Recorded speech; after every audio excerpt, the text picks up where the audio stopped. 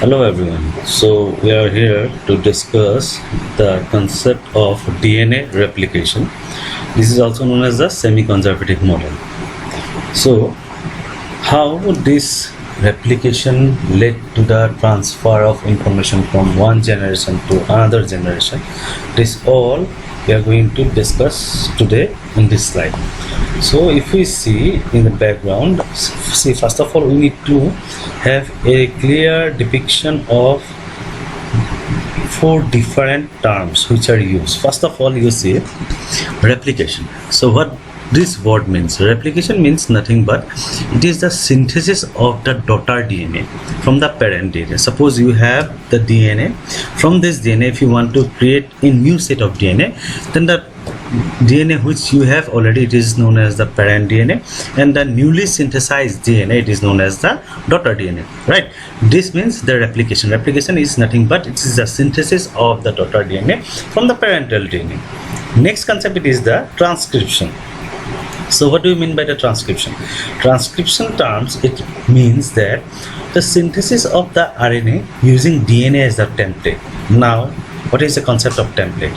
See, if we see in this figure, say this is, let's suppose this is a structure of a DNA. So we have already discussed in our previous slide that DNA, they have a double helical structure, right? So they are double stranded, right? And this strand, it is having a complementary base with these strands, means the sequences of the nucleotides in this strand, it is just opposite to this strand, right? Now you see the synthesis of RNA using DNA as a template. Now when the synthesis will take place, first of all, the first step, it is the unwinding, means this flip, it will get open.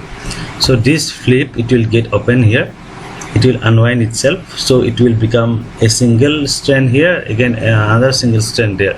Now from this single strand, if I copy each and every item, suppose this is a single strand here, right? So in this blue arrow or blue line, you can say this is a complementary DNA because it has newly synthesized, but it is having just the opposite sequences to this, means it is having the same information as the red line it have.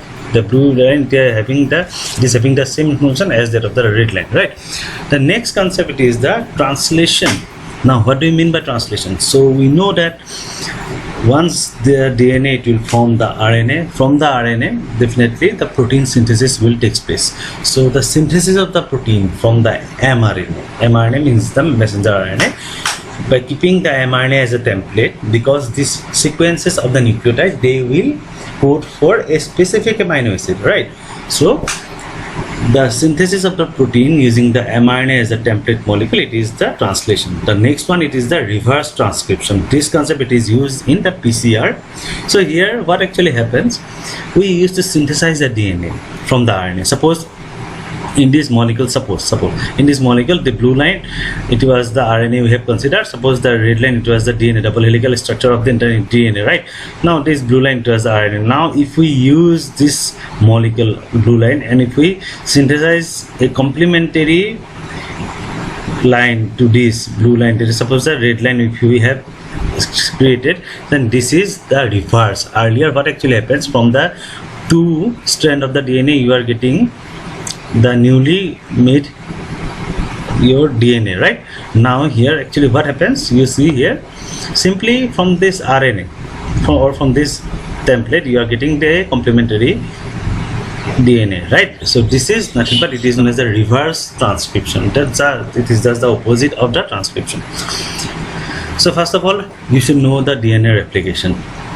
Simply the thing is that the reaction which leads to the formation of the DNA. So if we are making the DNA from the parent DNA, we are making the daughter DNA from the parent DNA by following the sequence of the parent DNA. This step, it is known as the DNA replication, right? And this step, it is vital step in all the organism, because the information, they are generally transferred from generation after generation by using this particular concept only. So DNA replication means the generation of the daughter DNA from the parent DNA, right? But the thing is that, you see, this is the simple, I have shown you simply, this is the parental DNA, it has replicated and you got the daughter DNA, right?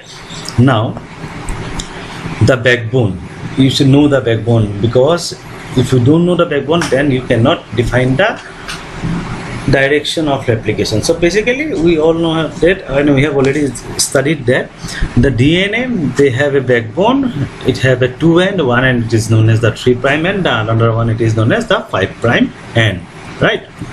Now you see in the DNA replication system, what we need actually to replicate a DNA, what we need? First of all, we need a template. Now, what is a template?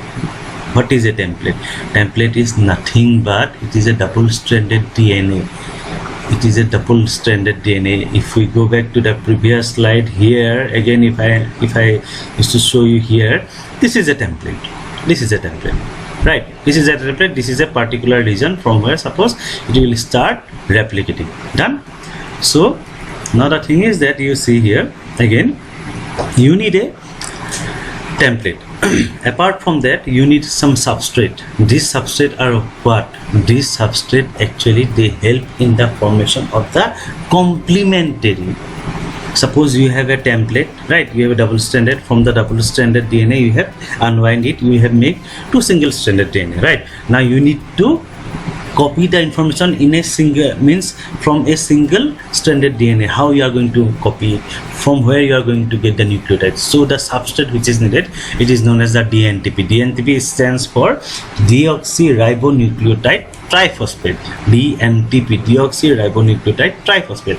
Then you need a primer. What is a primer? Primer is nothing but it is a short RNA fragment.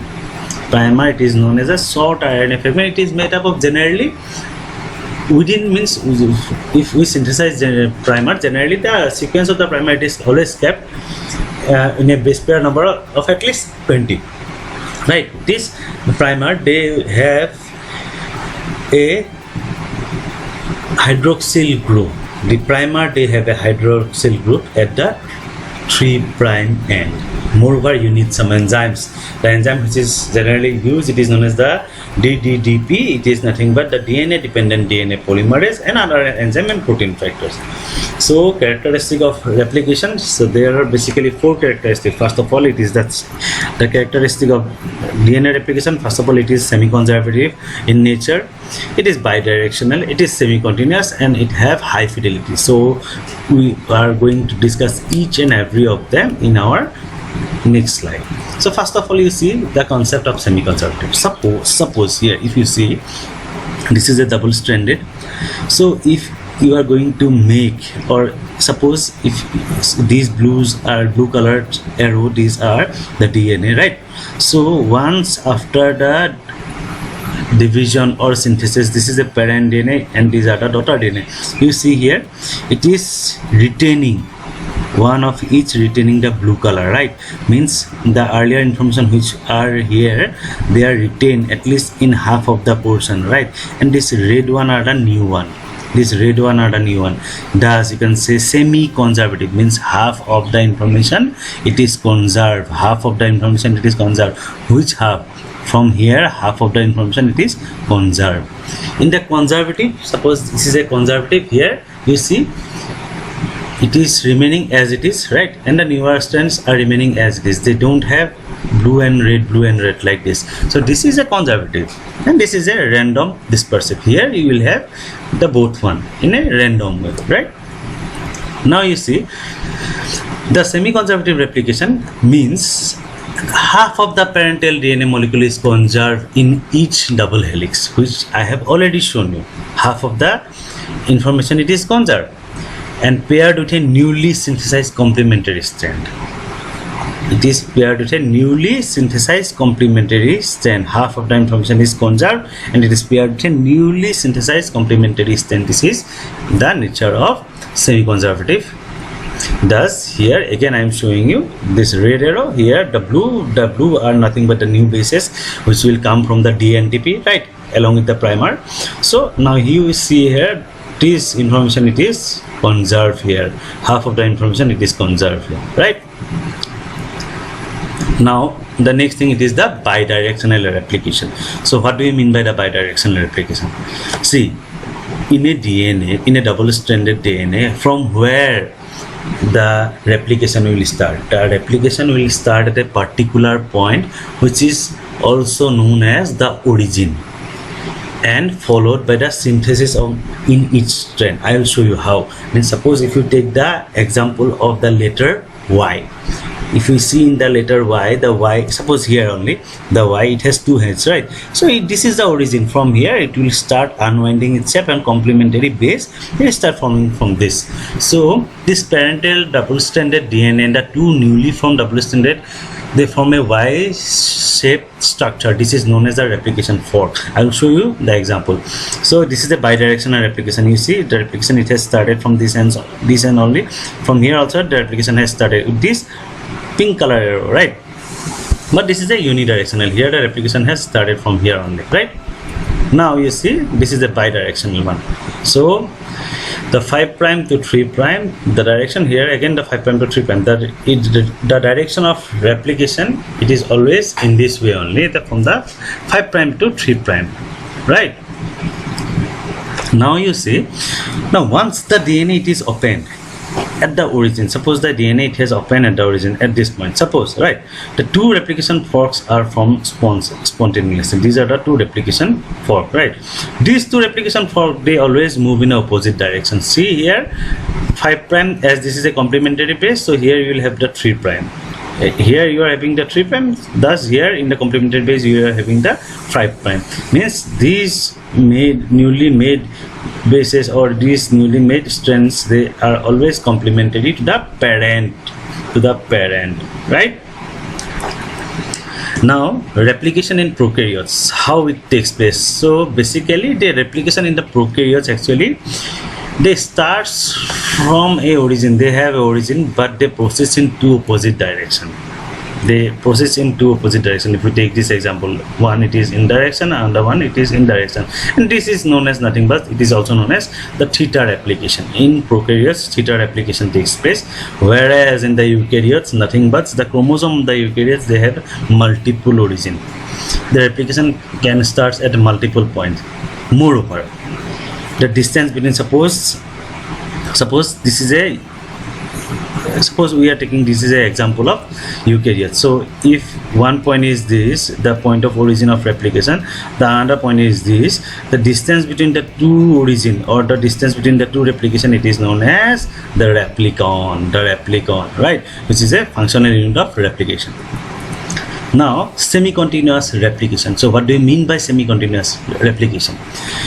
So semi-continuous, the simply see the daughter strand on the two template which are formed. We have already shown you with a blue arrow or with a blue streak and a red or pink string, right? The daughter strand on the two templates, they are synthesized differently, since the replication always obeys the 5 prime to 3 prime. I hope you understand. If not, I am again showing you here. If you see, they have started at the 2 point, right? So they have from this is the origin, right, of replication. So 5 prime, from the 5 prime to 3 prime direction, the replication will start. So this is semi-continuous, not continuous. Here it is 3 prime to 5 prime, again 5 prime to 3 prime, the direction of replication. So here it is 3 prime to 5 prime, right? So if I again show you, the semi-continuous means the daughter strand on the two template, they are synthesized differently. Since the replication, they always follow the direction of 5 prime end to 3 prime end, right? Now in this, what is the leading strand? So leading strand is nothing. Leading strand is simply on the template having the 3 prime end, because the direction is always from the 5 prime to 3 prime. So 5 prime will be the origin, 3 prime will be the ending, but it will go in the direction of 3 prime. Thus you can say from the 5 prime, if you see here, see the 5 prime is the origin and it is moving in the direction of 3 prime. Thus it is the leading strand, right? Now one more concept it has come, which is known as the Okazaki fragments. So what is the Okazaki fragments? Simply see, many DNA fragments are synthesized sequentially on the DNA template. Many will get synthesized because they have different point of origin of replication, right? So Many DNA fragments are synthesized sequentially on the DNA template strand having 5' end, right? Now, these DNA fragments are generally known as the Okazaki fragments. And the nature of Okazaki fragments they are very small. The Okazaki fragments, they are very small in size. For prokaryotes, their size is around 1000 to 2000 nanotesla, and for eukaryotes, they are just 100 to 150 nanotesla in eukaryotes. And the daughter strand consisting of Okazaki fragment, it is known as the lagging strand. I repeat, leading strand, this is the leading strand in the direction of 5' to 3', right? But in the Okazaki, as because they are going to take place in a different point, right, they will have a segregated structure. So the daughter strand which will be formed by the Okazaki fragments, it is always known as the lagging strand, right? Now the concept of the semi-continuous replication. So continuous synthesis of the leading strand. The leading strand, it will go in a continuous way. We have already discussed, right, in the previous slide, in the direction of the 5' to 3', right? And the discontinuous, it will take place in case of the Okazaki fragment, right? So discontinuous synthesis of the lagging strand. Leading strand, they are having a continuous growth or continuous synthesis, but the lagging strand, they will have a interrupted synthesis, right? It represents a unique feature of the DNA replication, and this replication means, suppose the leading strand, they will have a continuous fragment, and the lagging strand, they will have a discontinuous fragment, and thus it is known as semi-continuous replication. The next concept which it is the primase. So what is the primase? Primase, they are also known as the DNAG, right? The primase, actually, the primase is able to synthesize the primers.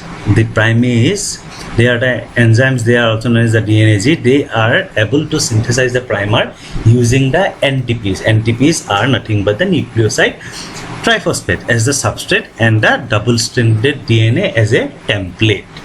I repeat, double-stranded DNA are there, right?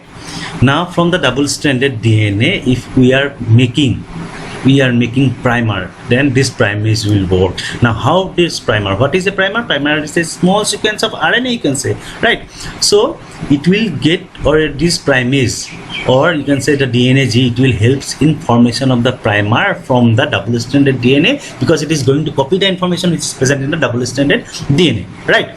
Now, this primer, actually, they are nothing but they are the short RNA fragments of several decades of the nucleotide long, right? The next enzyme, which is known as the helicase.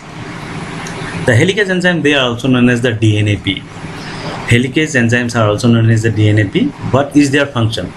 Generally, this helicase, it opens the double-stranded DNA by consuming the ATP. If you want to open the double-stranded DNA, you need a helicase enzyme. The helicase enzyme will use the ATP as a source of energy, and it will unwind, or it will open up the double-stranded DNA. The opening process with this, actually, helicase, it opens the double structure of DNA by using DNA A and DNA C, right? Now, replication fidelity. What is that? Simply, the replication, it is based on the principle of base pairing, right? Now, which is a crucial to the high accuracy of genetic information transfer. Means we know that DNA, as it is acting as a mother or parent information carrier, from there you are going to get the daughter DNA, right? Now, the whole sequence of the parent DNA, it will get converted, or it will get transcripted into the daughter DNA, right? And this is the replication fidelity, means high accuracy of information transfer. So for that, we need two types of mechanism, or we have two types of mechanism which actually assure us that the replication has taken place with a high fidelity. The first mechanism, it is the proofreading and the real-time correction, whereas the next one, it is the base selection. Now, what are the sequential actions in the DNA replication? Simply, DNA replication, it takes place in the three basic steps. First one, it is the initiation. Initiation means initiation of replication. So first of all, you are going to recognize the starting point, that is the point of origin from where it is going to start. Next, you are going to separate the double-stranded DNA into single-stranded DNA. Then the next step, it will be the primer synthesis, right? Next step, it is the elongation. Means now a small part of the primer, it will start elongating, and it is going to make the bigger, or you can say daughter DNA in a longer form, right? The next step, it is the elongation. In the elongation, we are going to have, or the DNTPs they are added. DNTPs, I again repeat, it is the deoxyribonucleotide triphosphate, right? It will form the phosphoester bond. It will correct if any mismatch takes place between the bases. It will get corrected and extending the DNA strand. And finally, termination will take place. The termination means stop of the replication. At that point, it will stop the replication, right? The next thing, it is the primer synthesis. So what is the primer synthesis, or who actually takes, or who actually aid in the process of primer synthesis?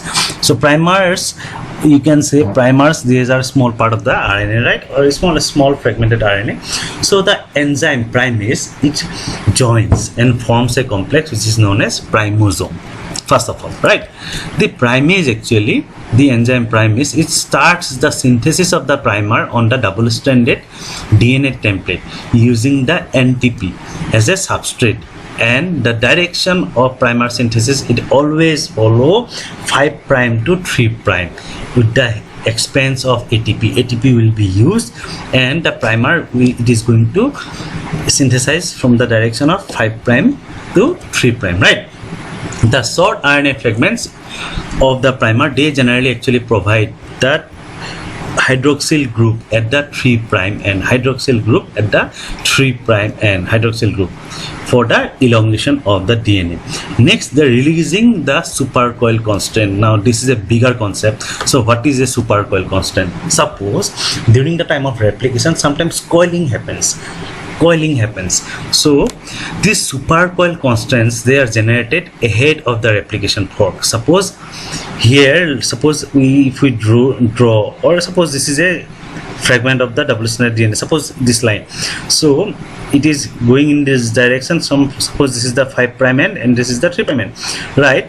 The supercoil, they are generated ahead of the replication fork. Suppose this is a replication fork, why it is forming here, the supercoiling will occur here, right? Now there is an enzyme which is known as the topoisomerase. This topoisomerase, actually it binds to the double-stranded DNA region just before the replication fork. The site, suppose here it is the replication fork, the topoisomerase will bind here, and this is the why, it is the origin of replication, right? Replication fork. Now this topoisomerase, they will bind to the double-stranded DNA region just before the replication forks to release the supercoil constant. It will remove the supercoil. The negatively charged, you remember this, the negatively charged supercoil DNA, they always serve as a better template than a positively charged supercoil DNA. So we always prefer a negatively charged supercoil DNA, right? The next one, it is the lagging strand synthesis. So what the lagging strand, these are the discontinuous strand, right? It was carried out by, or it was formed by the Okazaki fragments, right? Thus the primers on the Okazaki fragments, they are digested now. In the Okazaki fragments, the primers on the Okazaki fragments, they are digested by an enzyme which is known as RNase, right? The gaps are there, the gaps between these primers, as because the Okazaki fragments are discontinuous, not continuous. Suppose here is one fragment, here is another fragment, or suppose here one fragment, here another fragment. So the space in between this fragment, they are actually removed, or the gaps are removed by an enzyme which is known as DNA polymerase 1 in the direction of 5' to 3', right? And the nick, the nick which is formed between the 5' end of one fragment and the 3' end of the next fragment, it is sealed. The nick or the gap, it is sealed by an enzyme which is known as the ligase enzyme. So thank you everyone for your patience hearing. Hope the concept of semi-conservative model of the DNA replication, it is clear. If you like the video, press the like icon. You can share this video with your classmates, and for further notification from this channel, you can subscribe my channel. Thank you once again.